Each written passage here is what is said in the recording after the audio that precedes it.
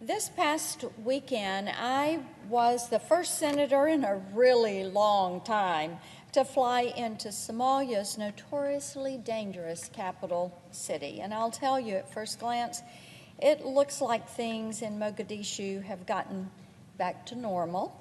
But the situation on the ground, after you fly in and get out of the plane and you get on the ground, you see that it's really quite a different story. There's a reason why our recollections of Somali history focus on the Black Hawk Down incident, the terrible Battle of Mogadishu, and then President Bill Clinton's decision to evacuate American troops from the Horn of Africa.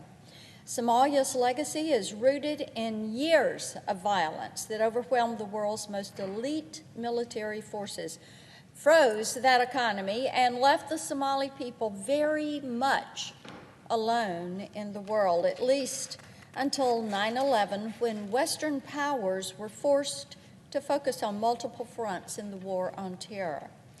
I was fortunate enough last weekend to visit our Djibouti-based troops at Camp Lemonnier.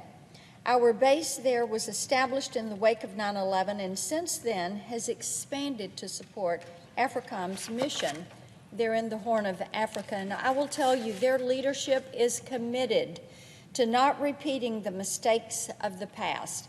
They've developed the best unmanned aerial system force in the world. It is amazing what they are doing with these UAVs. Between that program and our impressive intelligence, surveillance, and reconnaissance capabilities, the military has stepped up their ability to keep our troops safer in the world's most volatile theater.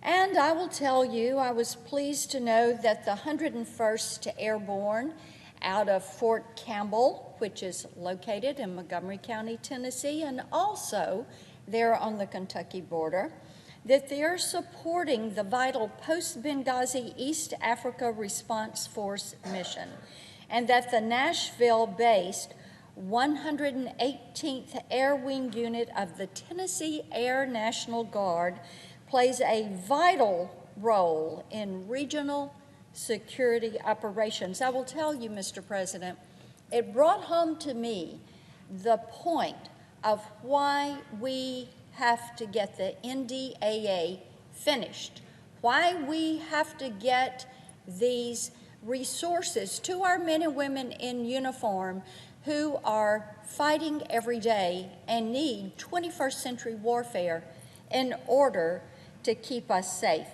And the work that they are doing there, and of course, I can't say exactly what it is that they are doing, but it should make us all really humbled and grateful for those that choose to serve.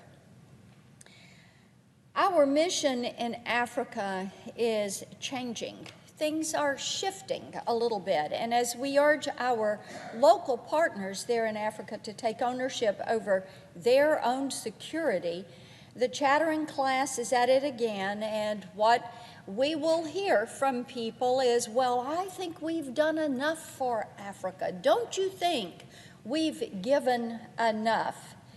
And my response this week to those who have made that statement has been, no, we have not done enough.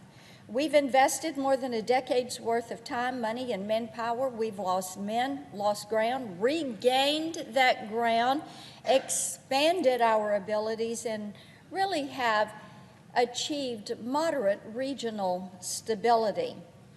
But most importantly, we have confirmed that the Horn of Africa is still a geopolitical powder keg. The same forces that swept the Horn into anarchy in the 90s and allowed terrorism to metastasize in the 2000s are now triggering instability all across that continent.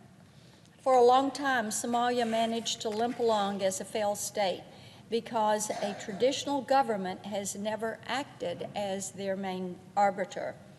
Powerful clans decided for themselves who would control territory and resources, and the clans are still very evident in that country. The victors, in turn, weaponized access to clean water, food, health care in order to keep citizens in line. Violent extremist organizations like Al-Shabaab, ISIS, and factions of Al-Qaeda have been watching, and now they're employing the same tactics to destabilize existing governments in and beyond the Horn, in northeast Nigeria, and in Sahel, and the Lake Chad region, those areas of West Africa. We may have eradicated the physical caliphate, but mom-and-pop terror shops are thriving. What's more, the digital caliphate is alive and well, and it will take more than ground forces to wipe it out. Many of my colleagues may be tempted to assume that these insurgent hotbeds have lowered Africa's stock in the eyes of global power, but we shouldn't be fooled about that in this era of great power competition. It's going to sound mighty familiar to all of us, but China, and to a lesser extent Russia, are doing all they can to actually buy their way into strategic dominance. For example, this is some of what we heard and what we learned this week. China has made inroads by agreeing to hold 80% of the government of Djibouti's debt. Think about that. China has gone to this country and they have said, look, we will hold this debt for you, 80% of it. In turn, Djibouti has accommodated China's first overseas military outpost and granted them access to crucial shipping lanes. They've also bought into China's Smart Cities program, those all-seeing cameras that I encountered at every intersection in Djibouti City. In other words, the Chinese must feel like they have struck gold. They have a huge port going in. They're helping turn this into an intermodal transit system with a port, with a railroad. And by the way, we're going to put these cameras up to help you keep your community safe. And what is China doing? China is collecting all that data. They are scanning all of these faces. They are watching everything that comes into these ports and are monitoring everything that goes on the rails. China is doing this not only with Djibouti, but with other countries in Africa. They are trying to secure this coastline in Africa for themselves to expand their reach. For 12 years, the U.S. and our partners have worked together to bring stability to the Horn of Africa. The State Department and USAID have laid the groundwork for education, for health development, institution building, and permanent democratic transition, and yet the region remains vulnerable. Our role is going to change because, yes, we look at it, great power competition through the military. We also look at the way China and Russia are pushing into their economic sectors. Great power competition is not just playing out in the Indo-Pacific or in Eastern Europe. It is playing out right now on the African continent. And instead of playing defense, as we do in other theaters, we have the opportunity to be on offense when it comes to Africa.